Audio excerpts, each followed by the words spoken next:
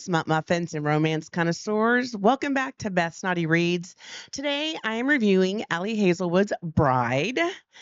Ali is a multi-published author who is originally from Italy, which she kind of looks like she's Italian, lived in Japan and Germany, and eventually moved to the U.S. to work on her Ph.D. in neuroscience. So you guys, we have another very, very smart author.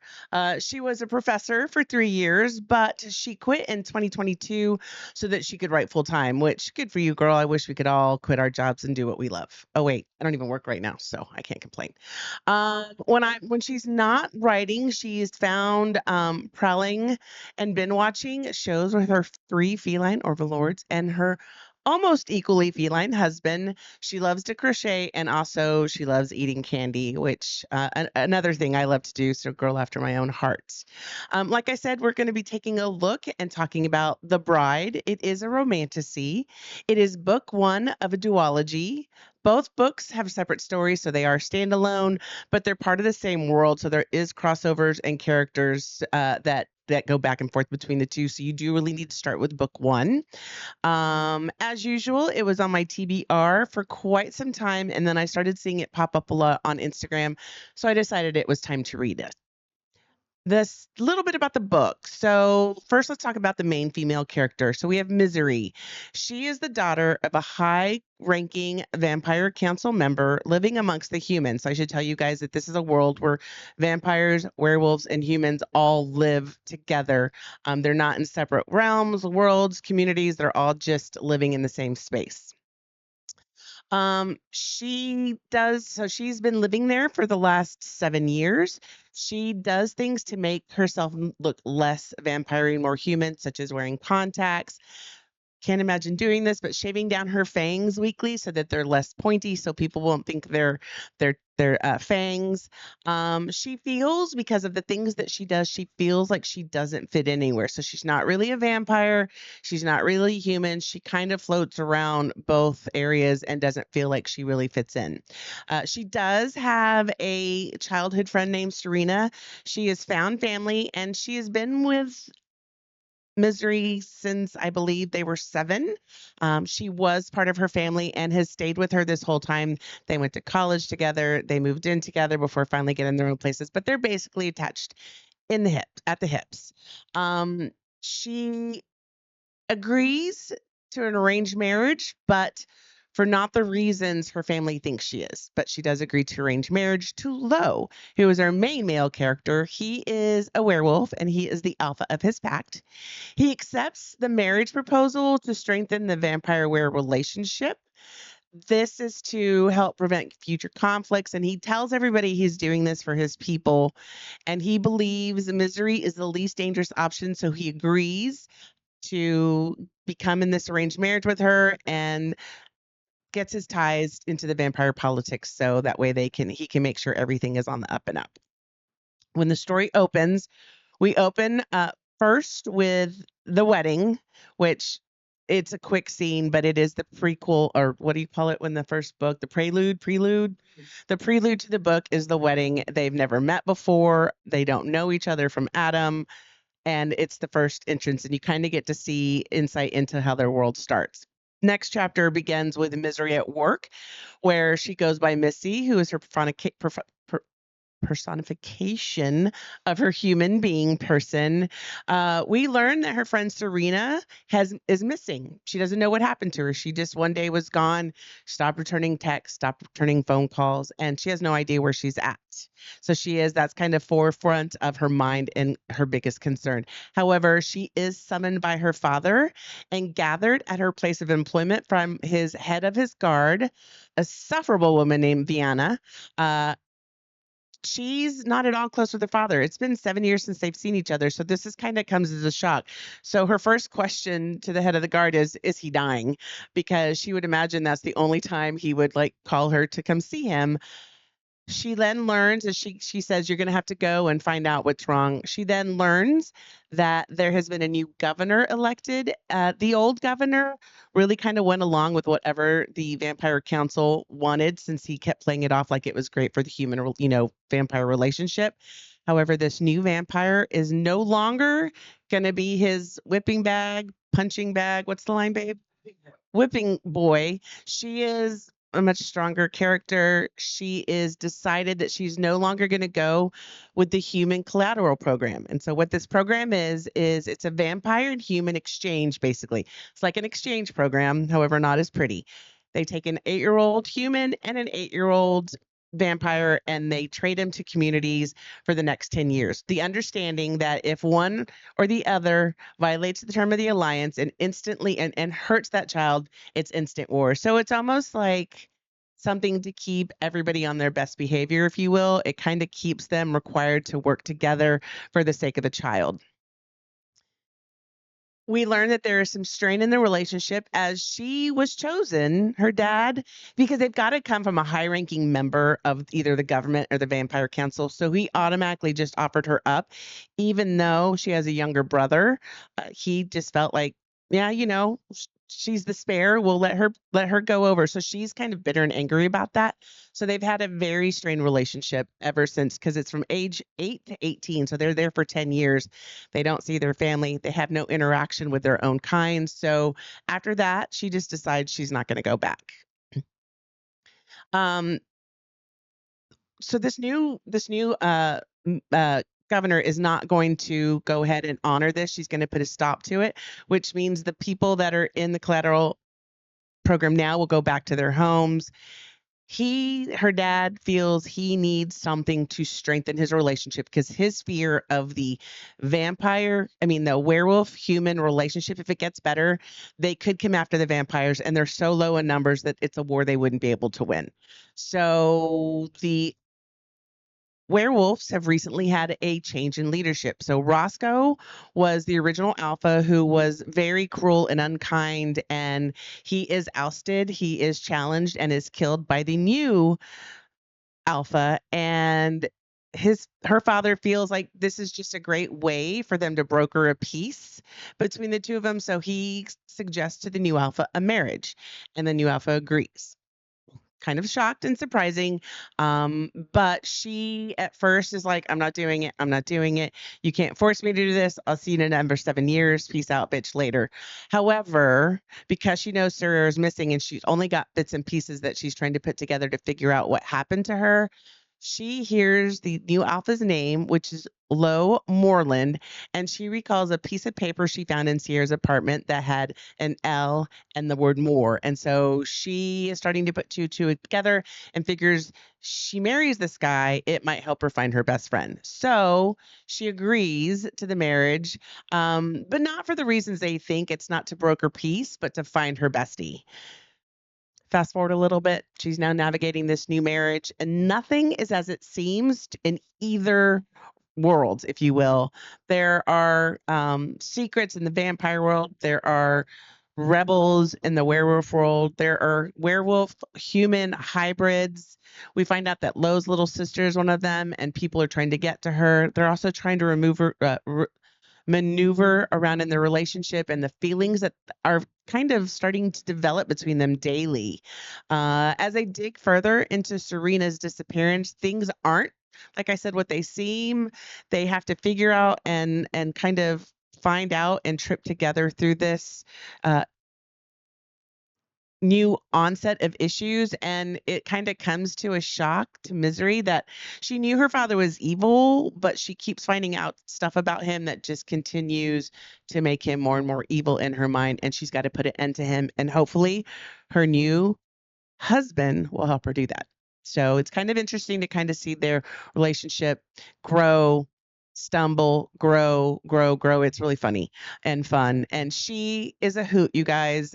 She is one of the reasons why this book was so fun. I have a couple excerpts. I've got it before me. What? Hang on. What? I have questions. Question away, Don't love. go jumping into other things. Okay. All right. So what you got? We've got vampires, we've got werewolves, and we've got humans. Yes. That's it. Right. Well, hybrids now too. So nobody's questioned the fact that they're just trading kids. No. Isn't that illegal? No, not if you. What planet are we on here? We're on Earth, but we're in a state that they're working with the human government, who agrees. So there's nothing illegal happening because both governments have agreed that this is the right thing to do. I'm questioning that. Yeah, don't It's go too like, far. are we going like Indiana Jones child? Don't go too far into right. it. You're overthinking it. Just go with it because it's the premise of the book. If you don't have that, what the fuck do you have? I don't know. Okay, All right, thank you. I'll be back. Okay, so this first excerpt shows that it's starting to show Misery's emotional shift towards Lowe. She tells herself, "This is the most fun I've had with someone who's not Serena, even more at times, although that might be due to the way I find him glancing at me between bouts and pursuing stained glass lamps, and the fact that he silently hands me his sweater when I shiver in the AC or shiver because of the AC in the store, and how when we're alone in the car, he steals the kiss that has for me forgetting how to breathe. His tongue soft across my fangs until I taste a drop of his blood, and then he is the one groaning, pressing his hand around my waist, telling me that he cannot wait to be home." So we kind of start to see like they're getting more touchy-feely. He's not so scared of her vampire ways. True weird kind of fact from the book, the werewolf's blood in the book is green. That's different for me. I don't know if that's maybe I'm just new to the romantasy and werewolf blood is always green, but it is green. No, it's not. It is. Vampire blood is not green. No, werewolf blood is green. Werewolf. Werewolf blood is green. I know. It's hard for you to keep track. I know, babe. I got you though. Okay. So the second excerpt, give me 1 second, is the first time that they really kind of become intimate, and it's not out of choice, it's out of necessity because they're in the mansion of one of the biggest enemies that they're trying to figure out they've got going on.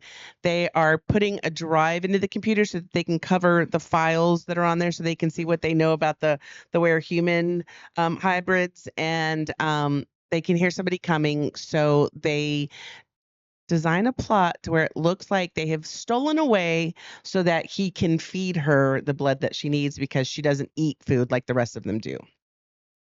So we're a little bit into the beginning of this. It's a pretty spicy, long scene.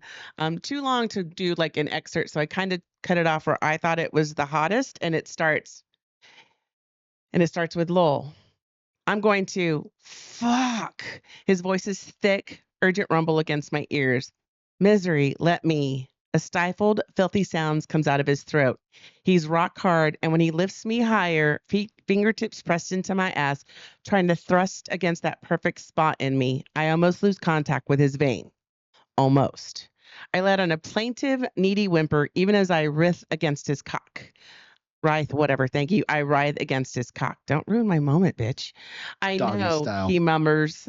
I know, he murmurs, soothing commandingly. I know, be good. I'm going to. The first twitches of pleasure hit me so hard, so sudden, I cannot process them. My back arches, my shoulders shake, my core spasms, and for a long second, I'm just there, stretched, untethered, until something clicks and my orgasm explodes inside me, leaving me without breath. The pleasure is sharp, loud, all-consumingly bright. It burns to everything. It bursts to everything, and then it doubles, and then it swells again until everything else is gone, and I come and come and come, sinking into its tide for seconds, minutes, centuries. Then slowly, it shrinks to aftershocks pulsing through my body and licking down my spine. I'm glad Lowe is pinning me to the fireplace because I've lost control of my limbs. My breath is stymied, and I pant into his still open vein. His vein, his precious, beautiful vein. Fuck's sake. It's and that's a very mild one, but I felt like it was ridiculous. The book's got more than that. Oh yeah, it gets way dirtier. But I felt like it was just like it's the first time that they're really kind of like getting physical. And it's I popped in there for a second. I was like, doggy style. No, not doggy. They're not. Right? They're dressed. He's a werewolf. They're dressed, bitch. He's a werewolf. You're not allowed. If this is how you're gonna be, you're not gonna be allowed to be on the mic anymore. But so it's a long scene. That's the latter half of it. It's even steamier before that. There's a lot of good steamy chapters in the book. So this is the mild one compared to the rest of them, even though it's pretty good. So overall ratings. I give this book a 5-star. Again, I found it on Instagram. It called to me. I read it.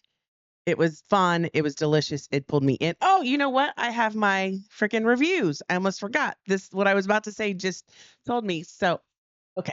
Anyways, so we'll get to the reviews here in a second. Sorry, a little off tonight, but it is a 5-star. I'll tell you that I've read both the first book and the second book. Like I said, they're standalones. You don't need to read the first book per se, but there is a lot of crossovers, so I would recommend it. I will also say of the two, book one was my favorite. I don't know. I just have something about it. Misery was a hoot. She was a fun character, and I think she really helped me enjoy the book more than the other characters in the second book did. But I would highly recommend reading both of them. I gave it 4 jalapenos. It is pretty spicy. There's a lot of open door scenes. Once you get to about chapter 14, they happen frequently, but it does take that first half of the book before they start getting into them. But there's never a dull moment. There's a little bit of heat between them this whole time, the looks, the touching before they finally give into it. Let's talk a little bit about those reviews, honey, please. So this first one is from Peggy M. She says the author created a wonderful paranormal world. I loved it. She says this is the first book that I read by the author Ali Hazelwood. Mine as well. Like so many books, this book was on my TBR pile to read someday. I had forgotten about it until someone mentioned it in a book group on Facebook. I decided to give it a try, and I'm so glad I did because I thoroughly enjoyed it. It was exactly what I was looking for to get me out of my book slump. You know, book slumps are a real thing. We all experience them, so I'm glad this book got her out of it. My next one is from Lee. She says, absolute favorite, 6 stars if I could. The way this book had me in a chokehold and consumed me like no other. I I absolutely love this story, the world, these characters, all of it. The romance between Lowe and Misery was utterly perfect. There is banter, yearning, lust, love bonds, everything you could want. Love buns. I think that should be a new thing. This one is from Dory V. She said wildly addictive. I went into Bride expecting something fun, but what I got was a wildly addictive, tension filled ride that completely pulled me in. The book delivered on all the tropes in the best way possible: forbidden love, enemies to lover vibes, political marriage, and that slow, simmering tension that keeps you turning pages way past bedtime. We all know that one, right? Just one more chapter, just one more. That's what my shirt says, just one more, and the person's actually dead now. So y'all go out, give this a read. It was really fun. Also, check out her. She's a website, so go sure you check her out. She's got a lot of other books. These are her first 2 romantasy books. I can't wait, and I look forward to reading some of her other books that are more of like a STEM type book where they're just really brainy chicks with a really brainy guy and they're working on something and usually fall in love. I've heard they're also quite steamy, so I look forward to reading those as well. But go check out Allie. I'm sure you'll like her stuff. Also, if you have a moment, go out and check out The Bar is Open with Beth and Greg. It's a fun podcast I do with my husband. We get a little crazy. We talk about things that are happening in the world. Tonight, we're going to talk about what are we talking? Oh, no spoilers apparently. Anyways, we're talking about a lot of good stuff. If you have a moment, you feel like laughing, grab a drink and come join us. Until next time, guys. Love you. Bye.